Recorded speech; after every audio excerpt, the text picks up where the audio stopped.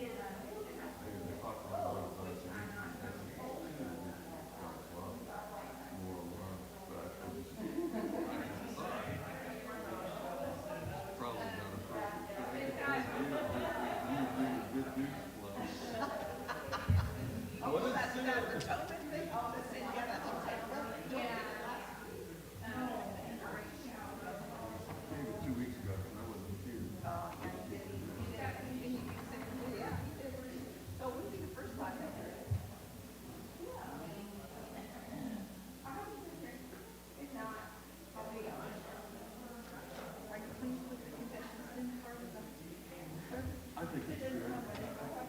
For some reason, although it's hidden in there, it doesn't come across as a necessary part of what it worship. We're having that. We're having that. We need to have more confession of sin. I think Jim.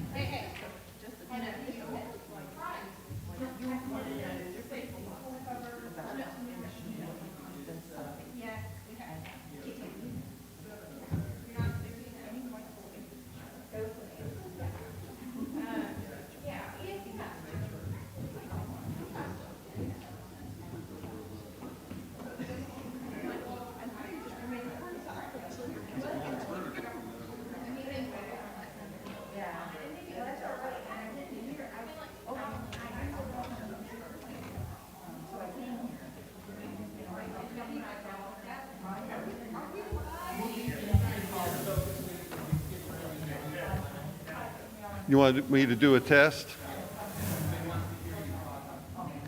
No, nobody ever wants to hear me talking. Thank you. Testing, 1, 2, 3. Testing, 1, 2, 3. That's as high as I can count.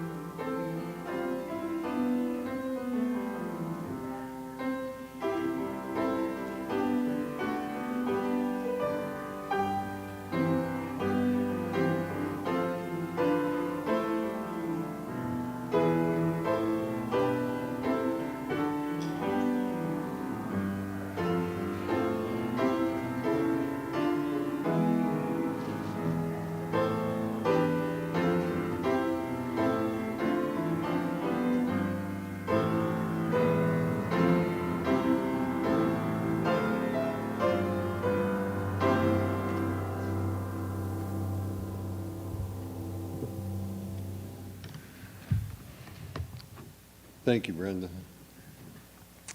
Good morning. Good morning. Very good. On behalf of Pastor Jim Mitchell and the session of Scots Kirk, I'd like to welcome all of you here in person and those watching online to our worship service this morning. I'm Dale Johannesmeyer, and I'm an elder here at Scots Kirk. We hope all is well with everybody. If there are any issues or things we can help with, don't hesitate to call the church. The announcements are listed in the bulletin that you have here in person, or you should have by email for those of you watching virtually. Just to remind you, today we do celebrate the Lord's Supper. We will have communion today.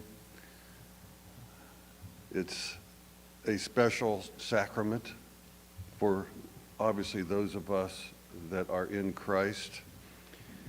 And with that in mind, we should prepare ourselves for this worship service and communion. We should rid ourselves of all those things that are cluttering our minds. You can look out there, and I see some people that may be grumpy. Maybe you didn't sleep well. You had too much fun celebrating Reformation Day yesterday. Whatever it is that may be troubling you and bothering you, you put it aside. Lay it aside and prepare yourself to worship our God. Take a few moments to do that.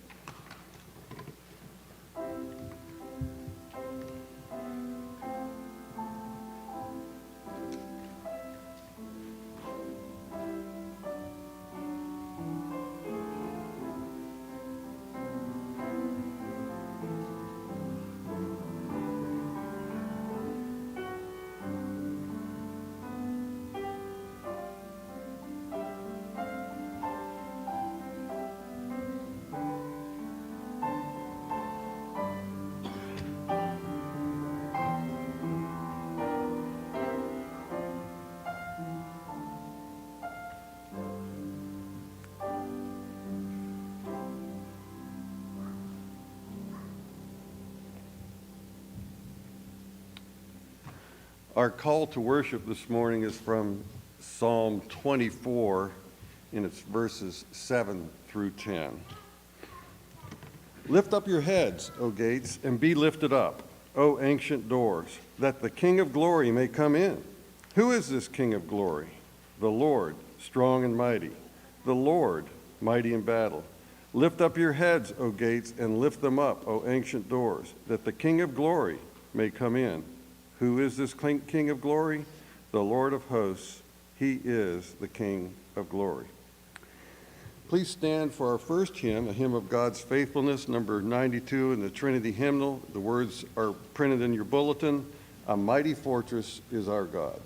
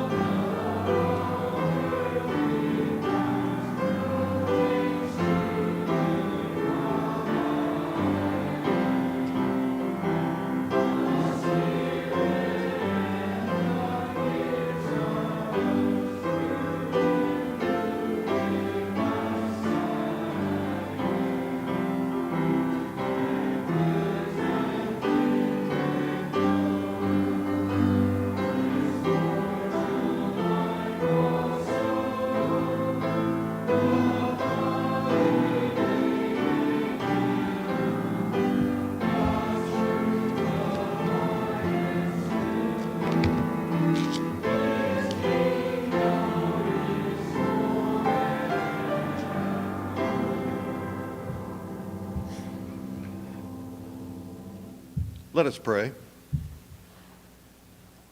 Heavenly Father, we come to you today to worship you and praise your name.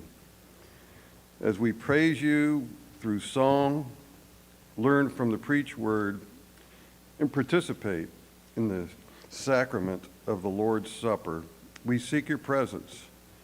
Lord, we pray that through this service we may glorify you by understanding more completely your revealed word and by rejoicing in our spiritual blessings and not the things of this world. Help us to resist coveting an earthly king, but lead us to seek Jesus Christ, who through your grace you sent to be our prophet, our priest, and our king. We ask these things in the name of that glorious Savior, Jesus Christ, who taught his disciples to pray, saying, Our Father, who art in heaven, hallowed be thy name. Thy kingdom come, thy will be done, on earth as it is in heaven.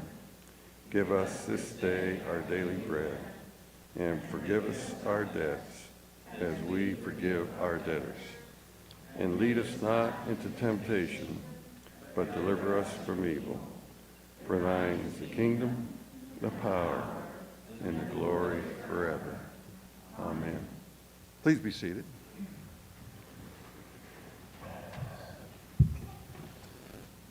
God rules his creation, the universe, by law. These laws are perfect. They reflect his character. His character is perfect. These moral laws are revealed to us in what we call the Ten Commandments. They reflect the eternal moral values of God. So I will now read God's laws written in Exodus 20, verses 1 through 18. Hear the word of God. And God spoke all these things, saying, Make for yourself a carved image, or any likeness of anything that is in heaven above, or that is in the earth beneath, or that is in the water under the earth. You shall not bow down to them or serve them, for I, the Lord your God, am a jealous God, visiting the iniquity of the fathers on the children to the third and fourth generation of those who hate me, but showing steadfast love to thousands of those who love me and keep my commandments. You shall not take the name of the Lord your God in vain, for the Lord will not hold him guiltless who takes his name in vain. Remember the Sabbath day to keep it holy. 6 days you shall labor and do all your work, but the seventh day is a Sabbath to the Lord your God. On it you shall not do any work, you, or your son, or your daughter, your male servant, or your female servant, or your livestock, or the sojourner who is within your gates. For in 6 days the Lord made heaven and earth, the sea, and all that is in them, and rested on the seventh day. Therefore the Lord blessed the Sabbath day and made it holy. Honor your father and your mother, that your days may be long in the land that the Lord your God is giving you. You shall not murder. You shall not commit adultery.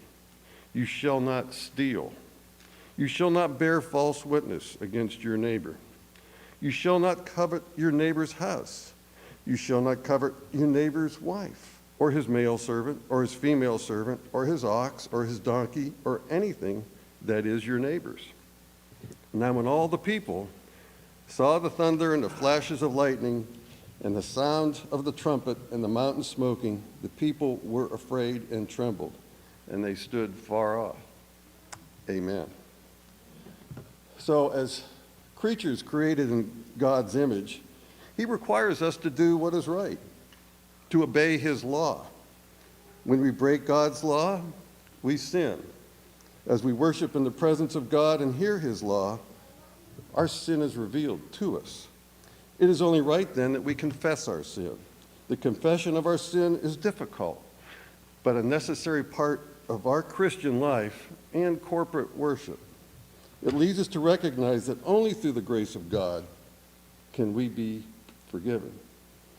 So with those scripture verses in mind, and during this worship service, let us now confess our sin in private.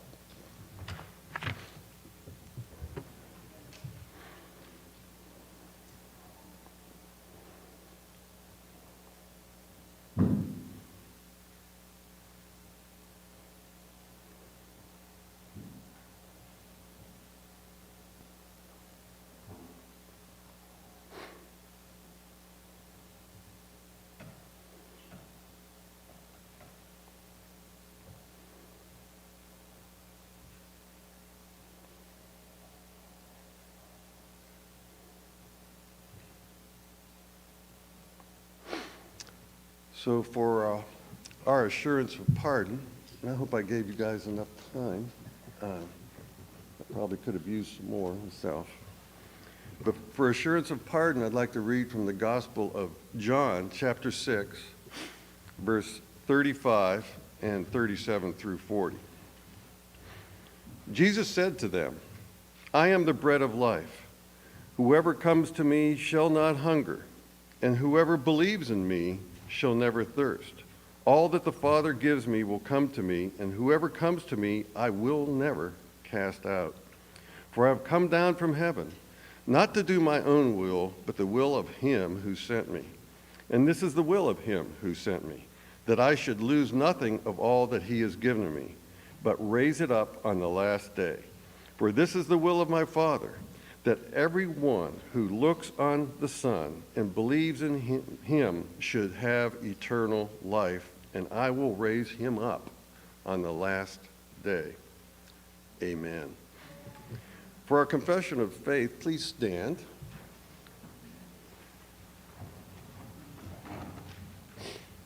It's from the Westminster Shorter Catechism, question 21. I will read the question and we will read the response together. Who is the Redeemer of God's elect?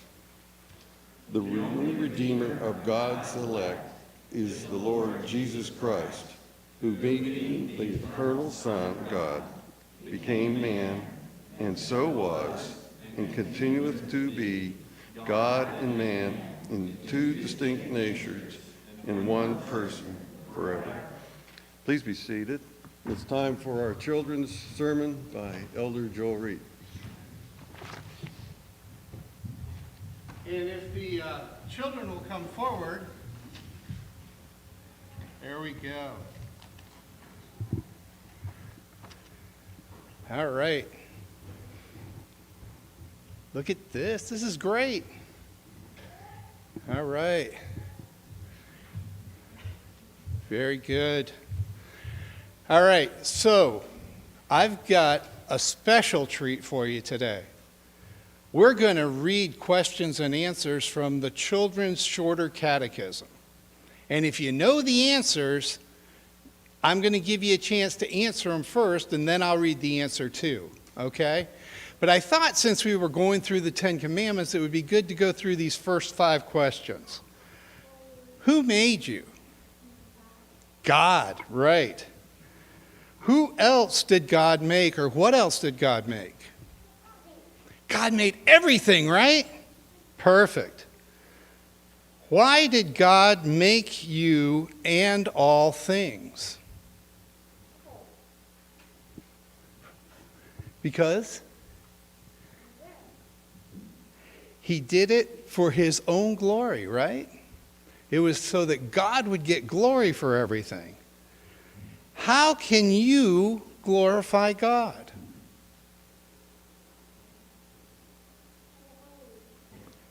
By loving him and doing what he commands, right?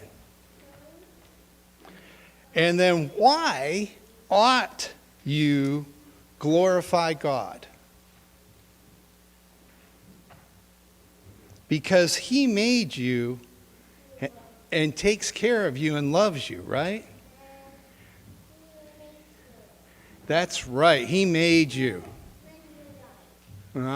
Exactly. So what we're talking about today with the 10 Commandments is that God gave us rules because he loves us. Not because he was trying to be mean and say, nope, you can't do that.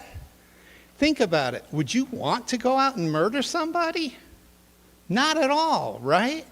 God put those rules in place because he loved us and wanted to take care of us. So when we start talking about in Proverbs where Solomon was telling his son, you need to be righteous, that's what he was talking about, following God's law. Let's pray. Dear Heavenly Father, we do thank you that you loved us enough to give us rules so that we know how we can obey you and that we can bring glory to you through that. In Jesus' name we pray. Amen.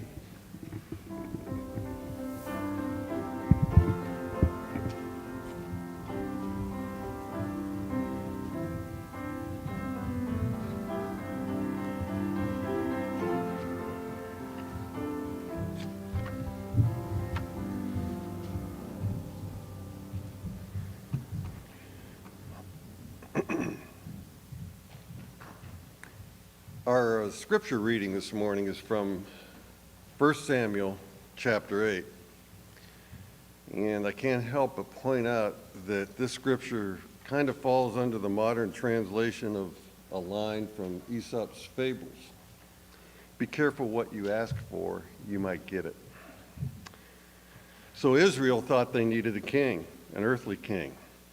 They wanted to be like the monarchies surrounding them. It was to be different, though, because this king was to be subject to God. They hoped their earthly king would deliver them from their enemies. The elders made their request known to Samuel, and he warned them. But what they were actually doing was rejecting God as their king. But God told Samuel, give them what they ask for. Hear the word of God. When Samuel became old, he made his sons judges over Israel. The name of his firstborn son was Joel, and the name of his second, Abijah. They were judges in Beersheba, yet his sons did not walk in his ways, but turned aside after gain. They took bribes and perverted justice. Then all the elders of Israel gathered together and came to Samuel at Ramah and said to him, behold, you are old, and your sons do not walk in your ways. Now appoint for us a king to judge us like all nations. But the thing displeased Samuel when they said, give us a king to judge us. And Samuel prayed to the Lord. And the Lord said to Samuel, obey the voice of the people in all that they say to you, for they have not rejected you, but they have rejected me from being king over them, according to all the deeds that they have done from the day I brought them up out of Egypt, even to this day, forsaking me and serving other gods, so they are also doing to you. Now then, obey their voice. Only you shall solemnly warn them and show them the ways of the king who shall reign over them. So Samuel told all the words of the Lord to the people who were asking for a king from him. He said, these will be the ways of the king who will reign over you. He will take your sons and appoint them to his chariots and to be his horsemen and to run before his chariots. And he will appoint for himself commanders of thousands and commanders of 50s, and some to plow his ground and to reap his harvest, and to make his implements of war and the equipment of his chariots. He will take your daughters to be performers and cooks and bakers. He will take the best of your fields and vineyards and olive orchards and give them to his servants. He will take the tenth of your grain and of your vineyards and give it to his officers and to his servants. He will take your male servants and female servants and the best of your young men and your donkeys and put them to his work. He will take the tenth of your flocks, and you shall be his slaves. And in that day you will cry out because of your king, whom you have chosen for yourselves. But the Lord will not answer you in that day. But the people refused to obey the voice of Samuel, and they said, no, but there shall be a king over us, that we also may be like all the nations, and that our king may judge us and go out before us and fight our battles.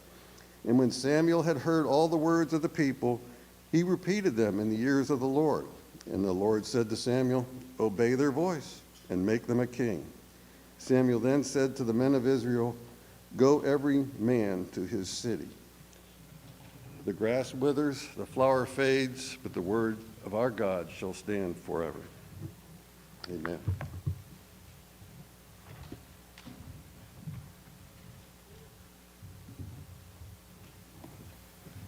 Let us go before our Lord in prayer.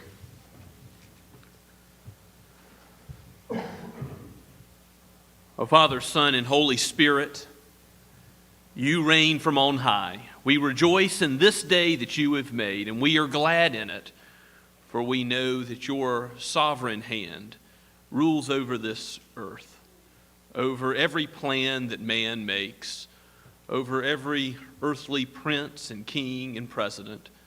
Oh, Father, we know that you sovereignly rule over us, and you lead us through green pastures and through dark valleys, that you are leading us all the way home, that you will shepherd your flock and abide with your sheep, that you have given your word so that your sheep would hear your voice, so that we would be led by you and not our own sinful impulses or ideas.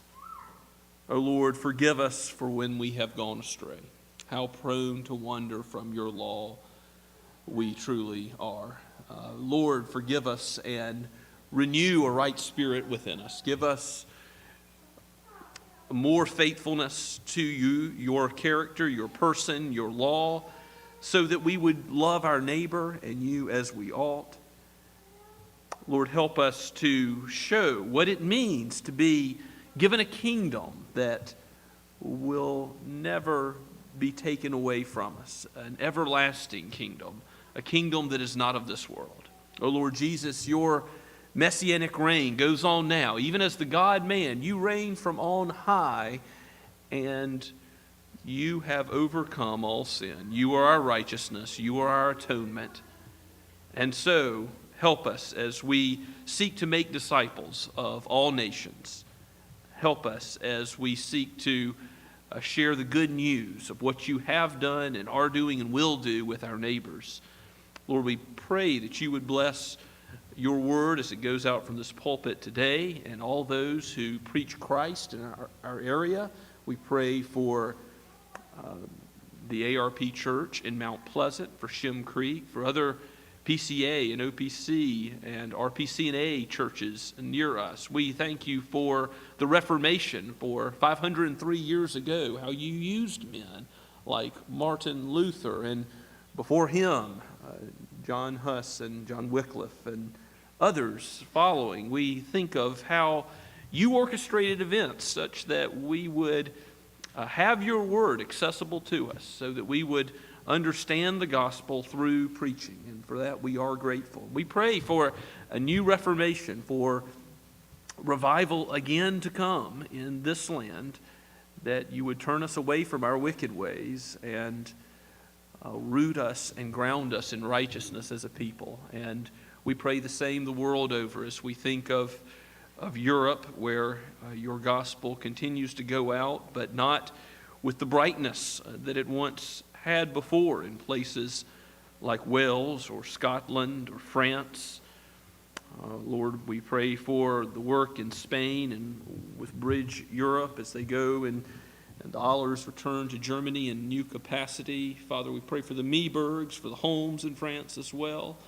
Lord, we ask your blessing on so many places where you have done wondrous works. Oh, Lord, do it again.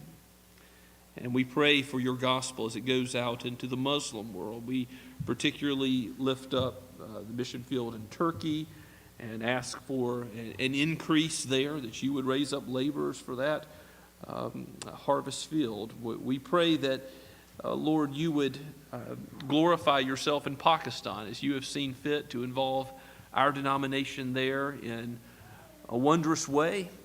Lord, continue to teach and give sound doctrine and conversions, even through deeds of love and mercy at the hospital in Sahiwal. Father, bless your people.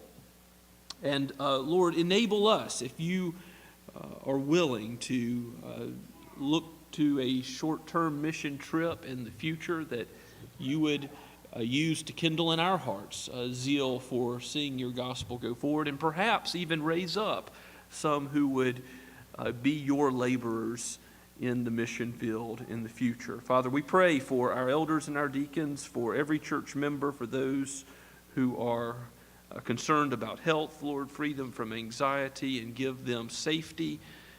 Father, we pray for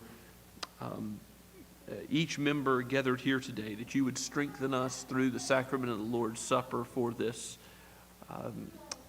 element of worship that you have enabled us to see and taste and touch together, that it would strengthen our faith, that we would know that we belong to you, O Christ, and you are ours now and forever.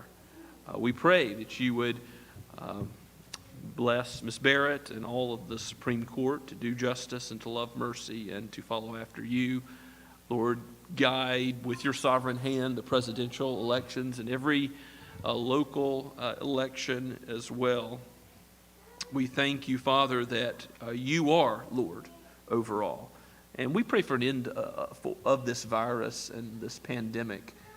Lord, give us relief from this pestilence, we pray. For we know your right arm is not short, and you are able to do all your holy will. And so we bow before you with the peace and comfort that comes from knowing that you are the good sovereign King, and all that you do is good. And so we pray these things in Christ, our Messianic King. Amen. As we continue to worship this morning, let us sing God's praise once again, and Can It Be That I Should Gain, printed in your bulletin.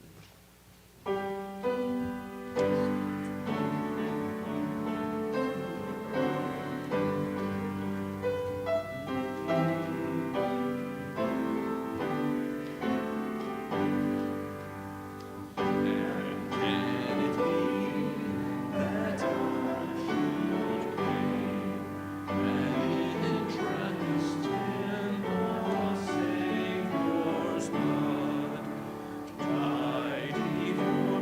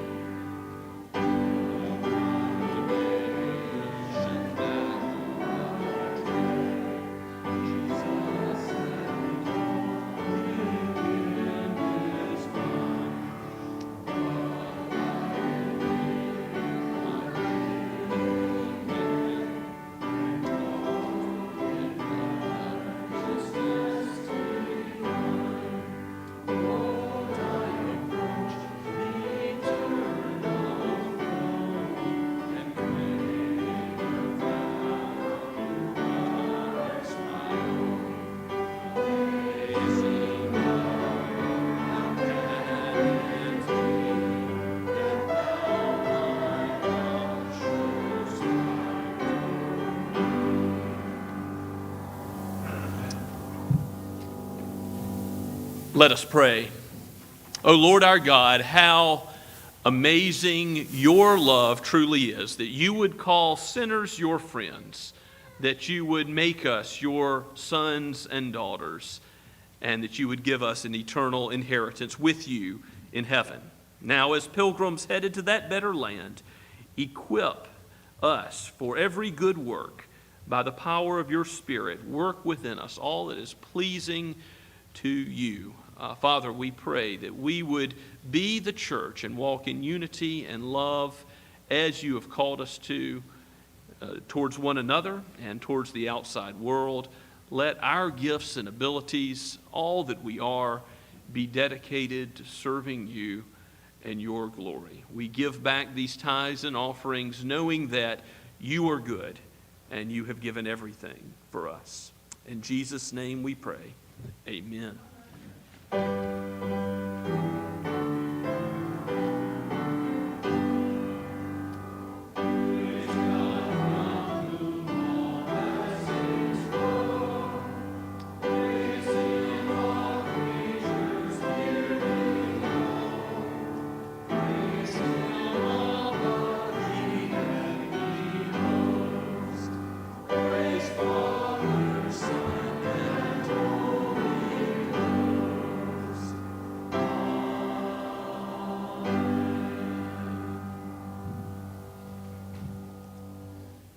Please be seated and take your copy of God's Word and turn to the book of Proverbs once again.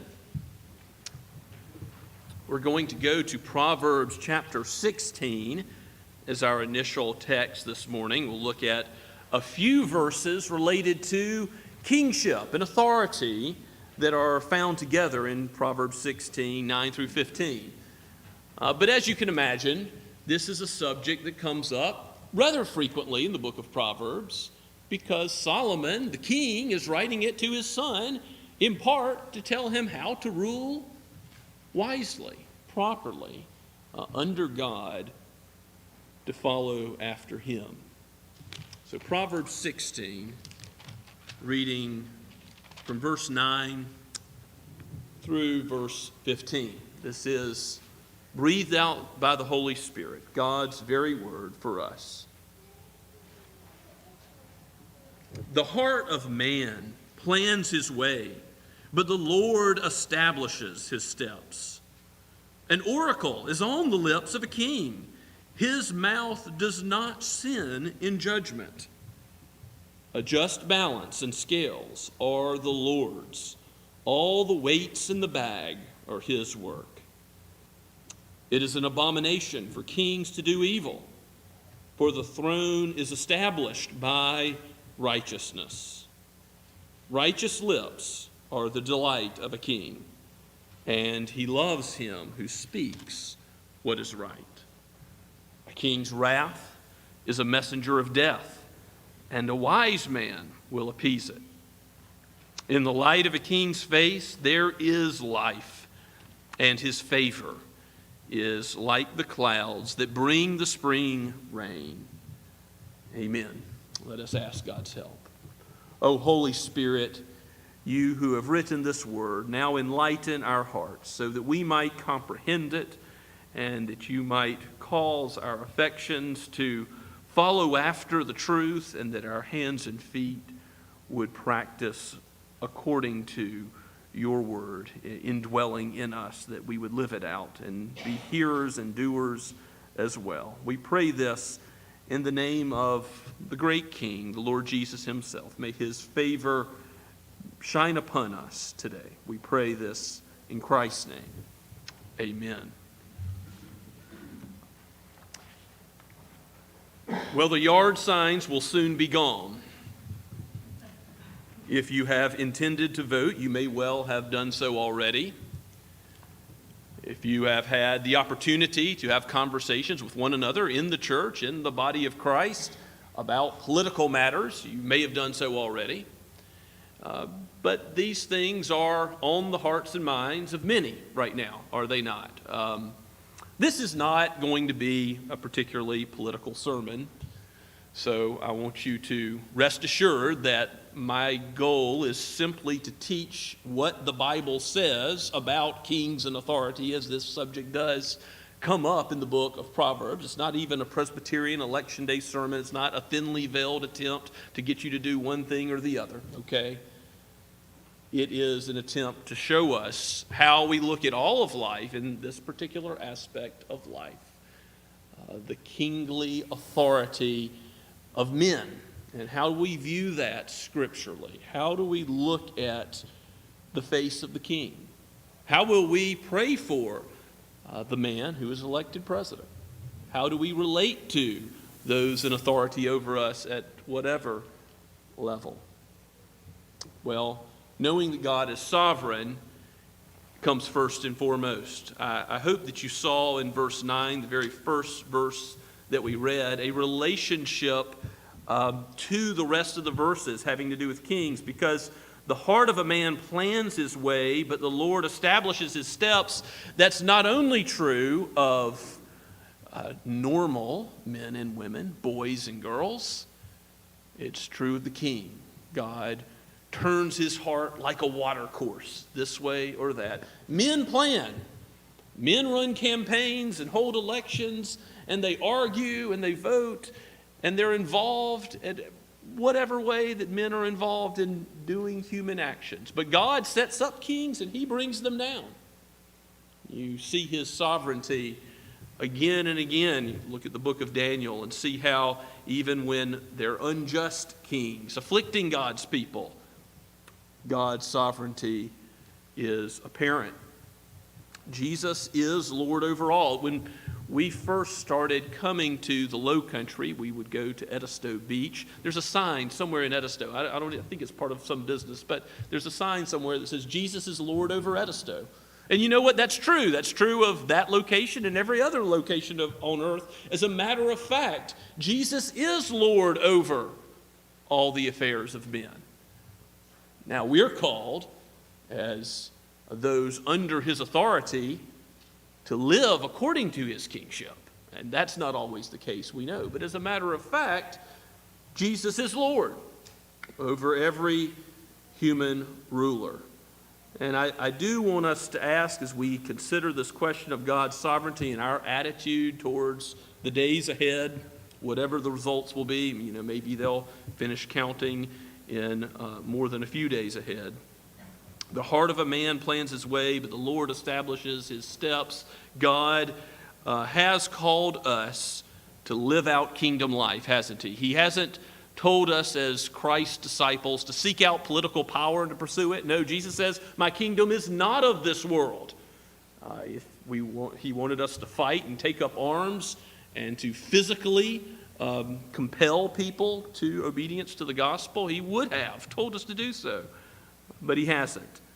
He is King of Kings and Lord of Lords. In that focus verse I gave you from Revelation 19, Jesus shows himself to be, that's a political statement if one was ever made, Caesar of Caesars. He is above all earthly kings. And the Psalms again and again say that earthly princes aren't a suitable place to put your trust. Your ultimate trust won't be in them. They won't deliver you. A son of man won't deliver you. But Jesus will. The good king can and will deliver his people. And because of that, in 1 Timothy 6, Paul writes to Timothy and says, you can fight the good fight. You can live out the Christian life because you know that Jesus is Lord of Lords and King of Kings. That's what the kingdom life is for us. It's not ultimately about this life and who reigns for just a little while. It's about the citizenship that we have in heaven that can't be taken away from us, our eternal inheritance. And yet it does affect how we live here. And yes, sometimes we will have to disobey unjust rulers, unjust laws. We should obey God rather than man. Acts 5:29. You see Daniel and his friends disobeying unrighteous, unlawful orders. Not to pray, not to worship an idol. These things a Christian can't do. Now back to Proverbs 16, if you go to verse 10, You might say, well, isn't this going too far? What the scripture says here, an oracle is on the lips of a king. His mouth does not sin in judgment. Well, it is the case that there are kings that say things that are wrong judgments. This is, I think, intended to be prescriptive, what a good and godly king ought to do, rather than be descriptive of reality, in the same way that Romans chapter 13 doesn't describe what every ruler in the Roman Empire did, but it describes what a ruler's responsibility is to reward the good and punish evil. That's not what all rulers do, then or now. But that is the prescriptive command of Scripture. No earthly king is flawless. Only Jesus is flawless. Only Jesus is ultimately the fulfillment of Proverbs 16:10. An oracle's on his lip. When he says something as the ultimate prophet, priest, and king, what happens? In his kingly rule, he brings it about. He does it. If an oracle's on Jesus' lips, there is no sin. But it ought to be the case that because a king is given special high responsibility to judge rightly, that if he is following God, he doesn't sin when he judges, that he does reward the good and punish what is evil. And certainly that can be part of our prayers as we seek to live out life as God's people, to lift up earthly rulers and pray that they would conform to this high standard of being like Christ, the good king. In Psalm 82, verse 6, it says, "You are gods." It uses the word Elohim. It's not stating polytheism, but it's talking about earthly rulers, and Jesus interacts with this in John 10 as he's talking with the Pharisees. He argues that if you can't accept that the scriptures say you are gods to earthly rulers to whom the word of God came, how can you accept that I am the Son of God, the true one and only Son of God?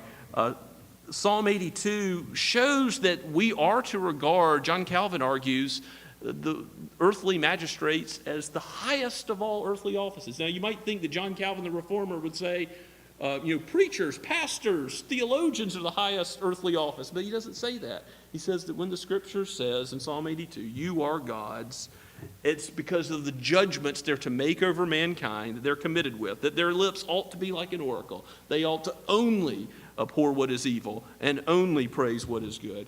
Because of that, that truth, the scriptures even use this word gods to describe their godlike power in making judgment, although they themselves are not God and do err. And here's a Reformation Day note for you. John Calvin, when he published the Institutes of the Christian Religion, which if you don't have those 2 volumes in your library, you ought to get them. One of the most important books that's ever been written from the point of view of Western civilization, but also, church history as well as history in general. In the preface to the Institutes of the Christian Religion, which Calvin revised several times, but he writes in the preface basically a letter to King Francis I of France. France is Catholic. France is unjustly persecuting, guess who? Protestants. Many French Protestants coming from Calvin's Geneva over the border, giving their lives to preach the gospel to those who don't yet know Jesus in France. And Calvin pleads with him in the most humble, appropriate way to a civil magistrate, but also pleading with him that he wouldn't go down the path of injustice, that he would persecute no longer, that he would turn from his wickedness, that he would accept the doctrine presented in the Institutes of the Christian Religion as scriptural, as right, and adhere to it. Now, as we're going through Proverbs 16, we see God's sovereignty, we see what the king ought to be doing, and you might say that verse 11 seems a little out of place. A just balance and scales are the Lord's, all the weights in the bag are his work. What is that talking about? Well, the king is many times given the responsibility for just weights and measures. What does that mean? It means that the standards of the money supply ought to be not mixing in filler, but pure silver, pure gold, pure copper. They are what they say they are. Many Roman emperors later on were mixing in their own alloy to what was good. And James, in James chapter 5, argues that many of civil magistrates and also the wealthy were committing this sin by corroding coins that show that there's impurities in them. If you know the Norman Rockwell painting called Tipping the Scales, there's a picture that appeared in 1936. The Saturday Evening Post, the seller, the butcher, has a turkey on the scale, like a grocery scale, and he's sort of just lightly pushing up the scale, and then the lady buying the turkey on the other side is just ever so lightly has her finger making the turkey weigh a little bit less. That's the idea between an unjust weight or measure. They're both trying to rip each other off, right? Just a little bit. Just like a Roman Caesar would shave the outside of the coin. Just put in a little bit of impurity with what was real. Mixing wine with water, as the prophet Isaiah puts it. No, this ought to lead us to consider, as each one of us is called to honesty in our business dealings and our word with one another. If we want to serve mankind, if we want to serve in leadership, in a family, in a church, in the civil sphere, we need to be faithful in the smaller things. And then perhaps God will entrust us with the responsibility to deal honestly and faithfully in the larger things. The justice of the equal weights and measures belongs to the Lord. Again, what is the king called to? The high standard of the Lord's perfect honesty and faithfulness in all his dealings. The king is called to be like Christ, the good king. Verse 12, the king's throne is established by his character, how he lives, his righteousness. Many places in the book of Proverbs reference the throne being established by righteous character. Let's look up a few of these. Proverbs 14:28, to go back a couple of chapters. Proverbs 14:28 says, "In a multitude of people is the glory of a king, but without people a prince is ruined." Well, the prince needs a people to be showing his righteous character and how it's flowing out to their lives. Look up Proverbs 25. Go forward in the book of Proverbs to chapter 25. We'll look up I'll read verses 2 through 7. It's really verse 5 that I want you to note especially. But verses 2 through 7 all have to do with matters related to the king. "It is the glory of God to conceal things, but the glory of kings is to search things out. As the heavens for height and the earth for depth, so the heart of kings is unsearchable. Take away the dross from the silver, and the smith has material for a vessel. Take away the wicked from the presence of the king, and his throne will" what? "Be established in righteousness." Again, the king can have nothing to do with the wicked and their wicked schemes. And then do not put yourself forward in the king's presence or stand in the place of the great. It's better to be told, "Come up here," than to put lower in the presence of a noble. Reminds you of Jesus' parable, doesn't it, of the one who is called up to sit with the head of the feast. Go to chapter 28, verse 2.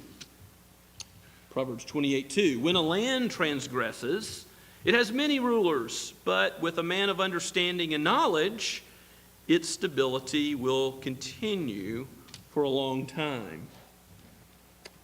And you can go down to verse 4 as well, 28:4. "Those who forsake the law praise the wicked, but those who keep the law strive against them." So the personal character of the king is involved in striving against the wicked and not forsaking the law of God. Look ahead at 15 and 16. Chapter 28, 15 and 16. Like a roaring lion or a charging bear is a wicked ruler over a poor people. That's the danger if you have a wicked ruler over a poor people. He's like a reckless roaring lion or charging bear wreaking havoc. And then verse 16, a ruler who lacks understanding is a cruel oppressor, but he who hates unjust gain will prolong his days. And there are many proverbs that relate to how a king should not take a bribe, and not be bought off, not be purchased for a price. Go over to 29:4. By justice a king builds up the land, but he who exacts gifts tears it down. And finally, Proverbs 29, 12 through 14. If a ruler listens to falsehood, all his officials will be wicked. The poor man and the oppressor meet together. The Lord gives light to the eyes of both. If a king faithfully judges the poor, his throne will be established forever. So don't listen to the wicked, but faithfully judge as God would call you to judge. And you see here in all of these statements that the king's personal character and his policies, what he does in his character, are connected. This used to be something Christians always argued for and have taken for granted. It's not always emphasized as much anymore. But when you are considering political candidates, you need to understand that I know voting is a complicated calculus. Someone might vote one way or the other based on a number of factors, long-term goals, short-term goals, the witness of the church in the situation, campaigning for one candidate for another. Should the government be involved in something at all? If you're a Patrick Henry, give me liberty or give me death, and you are against the U.S. Constitution and the federal presidency altogether, it's conceivable that you could be against any one man, no matter how good, having all the power of the presidency in their hands, especially as expansive as it is today. Our Covenanter forefathers in the ARP, the R, the Covenanters, the Reformed, if you Google why Covenanters don't vote, you'll see complex theological arguments, not for voting one way or the other or a third party, but for not voting at all, for abstaining conscientiously from voting. And you might say, well, that's crazy, or voting third party, stowing away a vote, or voting this way or that way. I can't bear it. But listen, voting is complicated, and we need to have charity towards one another. We're to agree on biblical principles. We're to agree on the matters of Scripture which relate to how we will accept the King God and His sovereignty gives us. But it is not worth it to lose friendships, to divide the body of Christ. And I beg you to hear me on this. It is not worth it to divide Christ's body over this complicated calculus of how all these things play out. I'm not saying there's no right or wrong answer. I have opinions. I'm trying not to express them. I simply want us to regard the Word of God as ultimate and understand that how all these things play out. We can have discussions with one another. We can lovingly do that if we have the maturity and the wisdom to maintain our relationships within the body of Christ. And I don't speak just in terms of Scots Kirk, but also more broadly in the kingdom of God. Let us show charity and patience with one another, even if those who disagree with you and your position on things are wrong, are incorrect. The righteous speech of a king, again, it's prescriptive. Look at verse 13, chapter 16, verse 13. Proverbs is telling us that it's wrong for kings to do evil, but it's also something that they should appreciate when other people come to them. They should abhor evil people who want to advise them. But if somebody wants to speak what's right and what's good, what should that be to a king? It should be music to his ears. Now, is that always the case? Do rulers always want to hear what's good? No, but it's prescriptive. It's what should be the case for kings, that they should honor the lips of the righteous and love those who speak what is right.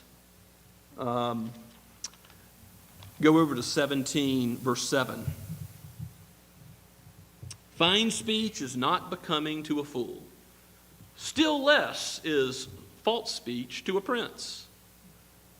A king ought not countenance any false speech, but he also ought not say it. Proverbs 22, verse 11.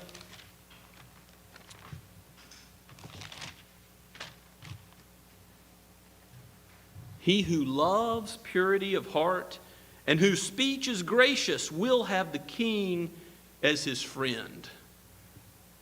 Do you see a man who's skillful in what he does? Well, if what he does is fine speech, he will have the king as his friend. He will be in the king's court and have his ear, if the king is godly and indeed seeks out the truth.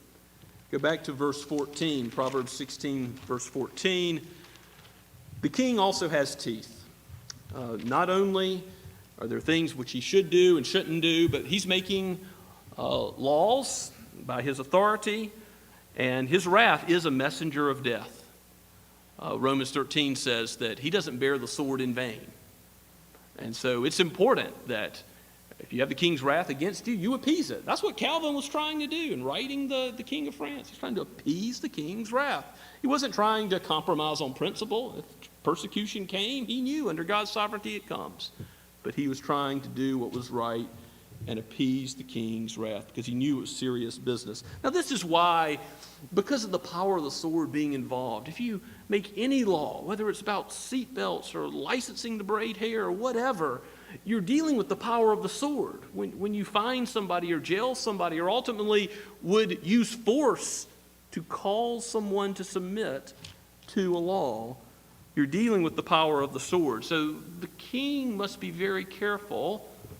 Our government must be very careful. Our president, our Congress, our Supreme Court must be very careful not to enact laws that use the power of the sword wrongly. It's not just a matter of indifferent, necessarily. When the sword is used, it ought to be used for reasons of restraining evil and rewarding the good, and nothing else. Now the face of the Lord, the face of the king brings favor. This is sort of the opposite of verse 15. Yes, his wrath is serious, but guess what? When he smiles on you, it's like a spring rain, giving some final growth before the harvest. And because of that smile of the king, we're gathered here today. Because of the smile of King Jesus as the type that is ultimately fulfilling all the wisdom of the king of Proverbs, we are gathered to celebrate his meal.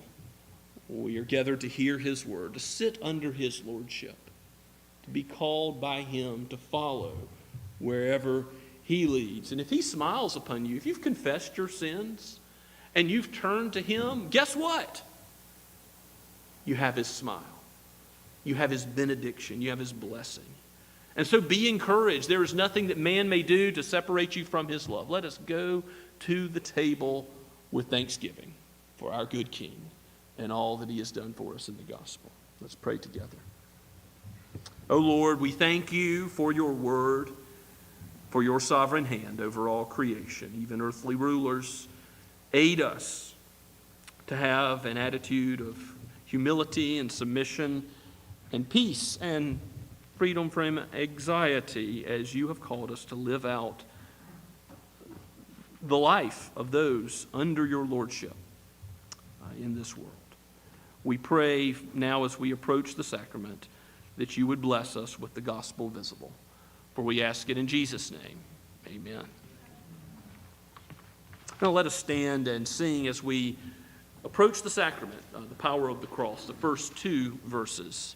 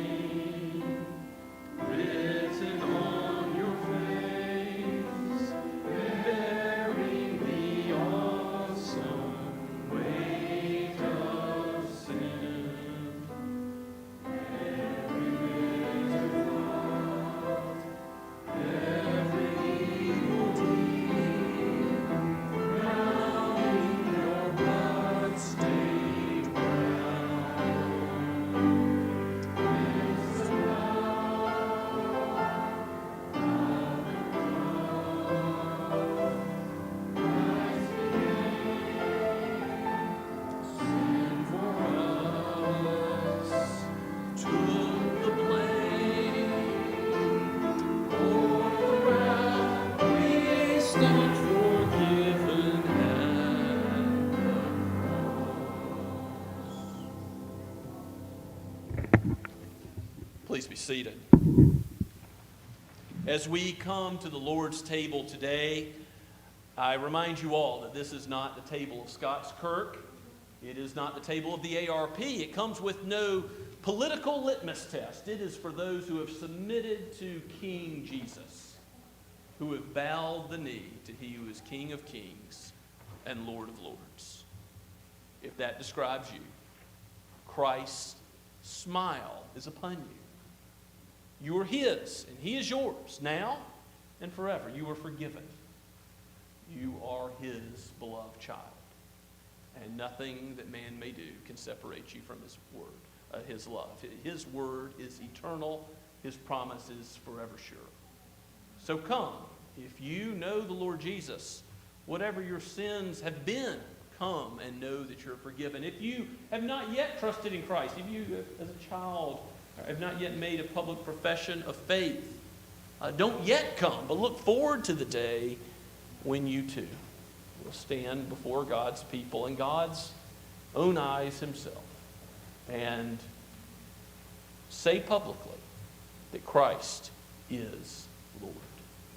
And until that time, we ask you not to come so that the scriptures are clear. They say that there is judgment that comes on the one who eats and drinks unworthily, the one who doesn't understand what forgiveness in the gospel with the Lord Jesus Christ involves.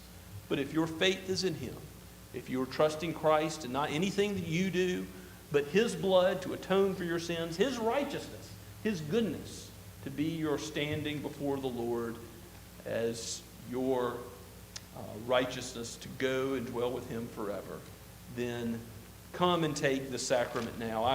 I give to you the words of institution as the Apostle Paul records them in 1 Corinthians chapter 11. For I received from the Lord what I also delivered to you, that the Lord Jesus, on the night when he was betrayed, took bread, and when he had given thanks, he broke it and said, "This is my body, which is for you. Do this in remembrance of me." In the same way also he took the cup after supper, saying, "This cup is the new covenant in my blood. Do this as often as you drink it in remembrance of me. For as often as you eat the bread and drink the cup, you proclaim the Lord's death until he comes." As a reminder, I know this is our second time in recent months to have the Lord's Supper, and due to coronavirus precautions, we're going to distribute the elements with one single item in the tray, which has a very small, under the first tab, a piece of unleavened bread, and has under a second tab, under that, the fruit of the vine.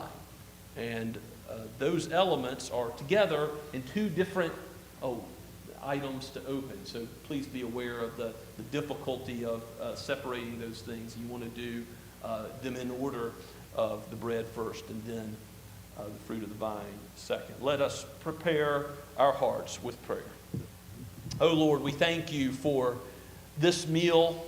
We know that these are but common elements, but you have set them aside to a holy use, that we would see you crucified for sinners' gain. Oh Lord, what amazing love this is that you have lavished upon your people. Use this time to remind us of the depth, the height, the width of your love, so that we would walk in confidence for you and with you all of our days. In Jesus' name we pray. Amen.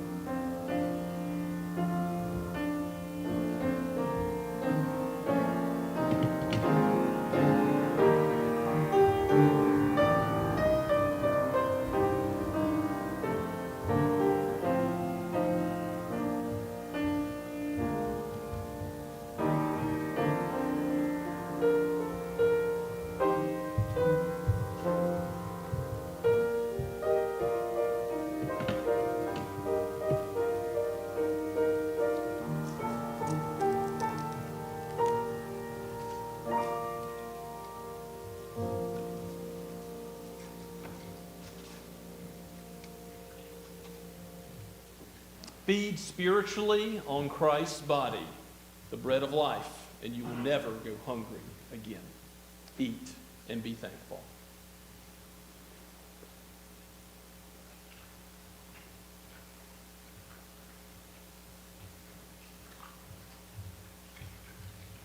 And after consuming the bread, Jesus brought forth the fruit of the vine to say to his disciples that they were connected to his blood and therefore to one another. Walk in unity as forgiven sons and daughters of the Most High.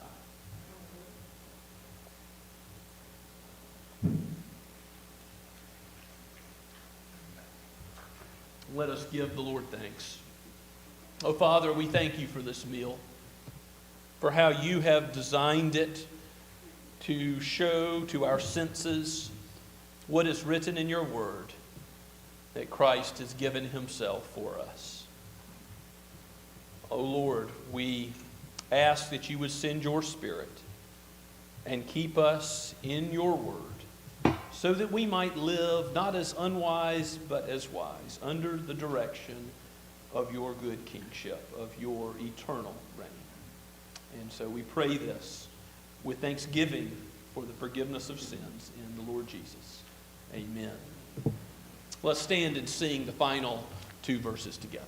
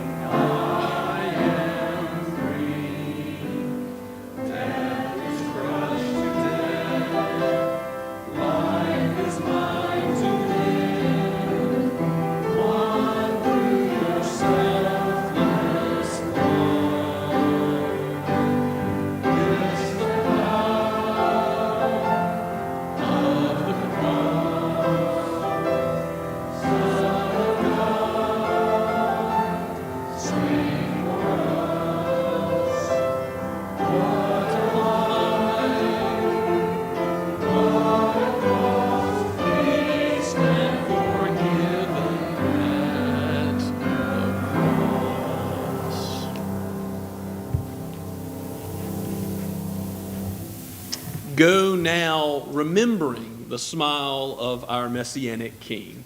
May the grace of the Lord Jesus Christ be with you all. Amen.